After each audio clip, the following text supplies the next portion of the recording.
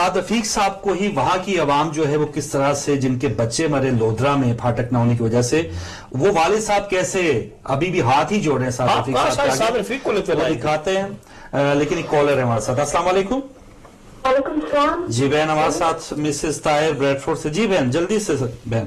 میں یہ کہنا چاہتی ہوں کہ سعد رفیق جو کہہ رہے ہیں میں آسان نہیں ہے کہ ہر بات کا جواب دیا جائے لیکن پورے ملک کے اور پورے قوم کی جو انہوں نے لوہے کی زنجیریں جو IMF کا غلام انہوں نے بنایا $25 بلین کے قرضے جو صرف IMF سے لیتے ہیں. ٹھیک ہے. اور لوہے کے تو زنجیریں IMF کی غلامی جو ہے وہ پوری قوم کو پنائی ہوئی ہے. لوہے کی زنجیریں تو پنا رہے ہیں لیکن قوم کے لیے جو ہے وہ چنے اور دال ہی نصیب ہوگا اس قوم کو اور تو کچھ نہیں قوم خرید نہیں سکتی. بالکل صحیح بہن بہت شکریہ بہت شکریہ. یعنی مہنگائی بڑھی قرضے بڑھے وہی جماعت ہے کہ جو قرض اتارو ملک سواروں کے نام پہ بھی پتہ نہیں کتنے پیسے انہوں نے بیرون ملک پاکستانیوں سے وہ بٹور بھی چکے ہیں.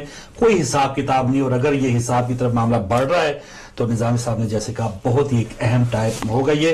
اچھا جس قوم کی ہم بات کریں ناظرین کے جو اپنے حقوق کے لیے کچھ آواز بلند کرے گی لخت جگر جو ہے اگر ہم سے جدا ہو جائیں اور پھر اسی محکمے کا وزیر آپ کے پاس ہو تو جی تو چاہتا ہے کہ اپنی بھی جان کی پرواہ کیے بغیر اس کا گریبان پکڑ لیں یا اس سے صاف صاف دو ٹوک الفاظ میں بات کی جائے کہ خواجہ صاحب یا جو بھی آپ کے اس وقت انچارج ہیں یا حکومت میں ہیں یہ آپ نے کیا بندوبست کیا ہے. 12 ارب روپے کے اشتہارات تو آپ نے اخبارات میں دیے لیکن چند ارب سے پھاٹک جو لگے ہوئے ہیں آئے دن جو اس طرح کے ایکسیڈنٹس ہو رہے ہیں اس سے تو ہم بچ سکتے ہیں. کیا ہوا لودھرا میں خواجہ سعد رفیق صاحب کے سامنے کیسے ہم ہاتھ جوڑ رہے ہیں یہ ذرا دیکھتے ہیں. ہاتھ باندھ دیے. ان کا یہ کہنا ہے کہ یہاں پر انڈر پاس بنا دیں. خواجہ سعد رفیق نے مطالبات وزیر اعلیٰ پنجاب تک پہنچانے کی یقین دہانی کرا دی.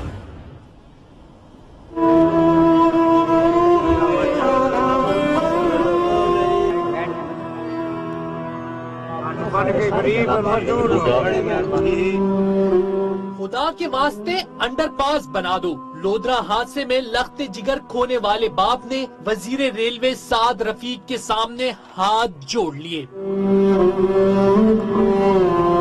وزیر ریلوے حادثے میں جاں بحق بچوں کے ورثہ سے تعزیت کے لیے لودھرا پہنچے تو اہل علاقہ نے شکایتوں کے انبار لگا دیے. سعد رفیق نے بے اختیاری کا راگ الاپتے ہوئے متاثرین کو مطالبات وزیر اعلیٰ پنجاب شہباز شریف تک پہنچانے کی یقین دہانی کرا دی.